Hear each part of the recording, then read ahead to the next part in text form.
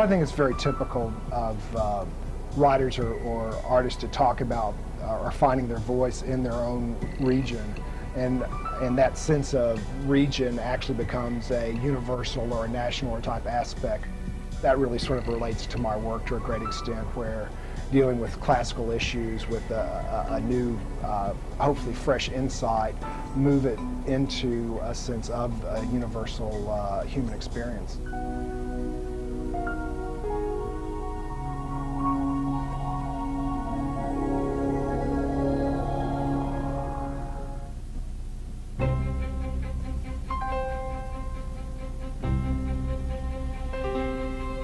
I was raised in an adjacent town, Oak Ridge, and so in one way it's coming home.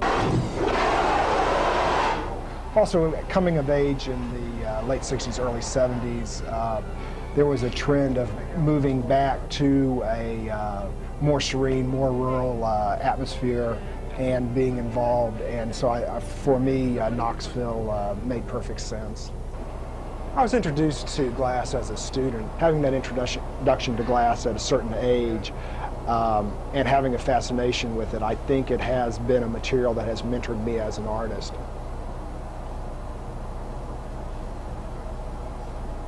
Where we work in our studio, we start with glass in the raw material format, where it's sand and metallic oxides. Our formula for glass is somewhat similar to window glass. It's a little bit more exotic. You place it in a container in a approximately 2400 degree furnace, and it fuses into a glassy state. And in that format, it's approximately the consistency of honey. And from that consistency, you start to form it in a free-form process into the sculptural objects that we make. And I think there are a lot of interesting qualities about glass. The way they transmit light is different than any other material. And although most people think of it as a very fragile material, in one sense it's one of the most durable materials around in a certain thickness, although it does have a tendency for breakage. Good. I'm good. You're up. See it okay? 180. Good. 180. Good. 180, good. 180, good. I really enjoy the complexity of having the additional assistance, because it is very much like choreographing a dance. While I'm working on a specific issue, one of my other assistants can be working, and therefore it just becomes a rhythmic process. So it's enjoyable. Everybody's off. Looking good, Calvin.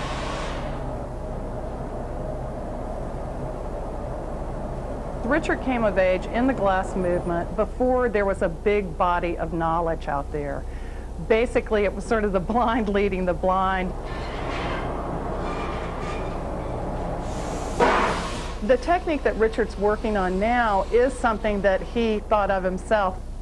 And this sort of direct gouging, carving thing that he's doing on the tabula rasa pieces is something that he just came up with.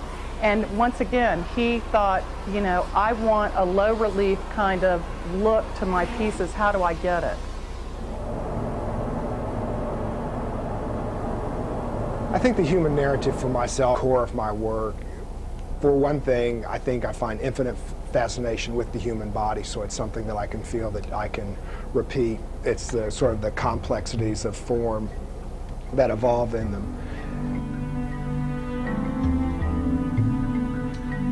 A lot of times my series start out with sort of a philosophical, what do I want to do with it, and then sort of also a technical aspect of what I want to do with it. I think he likes to challenge himself constantly, and when he does work in a series, but he works on it for so long, and then he feels like he said everything he'd wanted to say, and that is a decision he comes to in his own mind.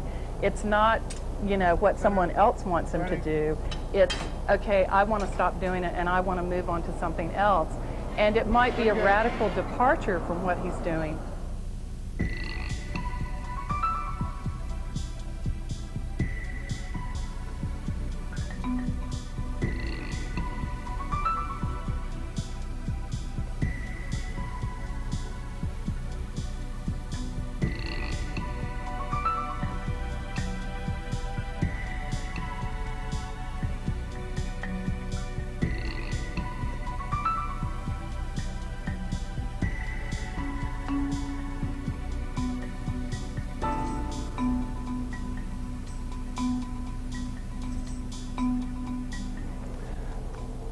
I'm recently have been working on works on paper more seriously. I think it's sort of a way to refreshen and round out another body of work.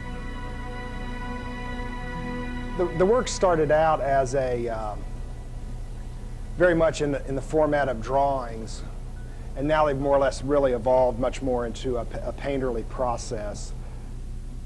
And I think it goes back to some of the thought processes of some of my other current work, where I have an interest in abstraction, but I always feel that it should be defined by the figure, or again, trying to bring in that human narrative.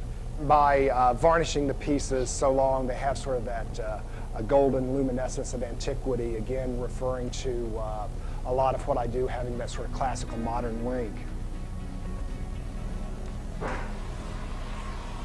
And I think there are always things that are involved in your work, whether it's a sense of beauty or a sense of technical finesse, or whether it's something that's a little bit more of a personal narrative. But I truly like the fact that someone can bring a little bit of their own narrative to it as it is interpreted.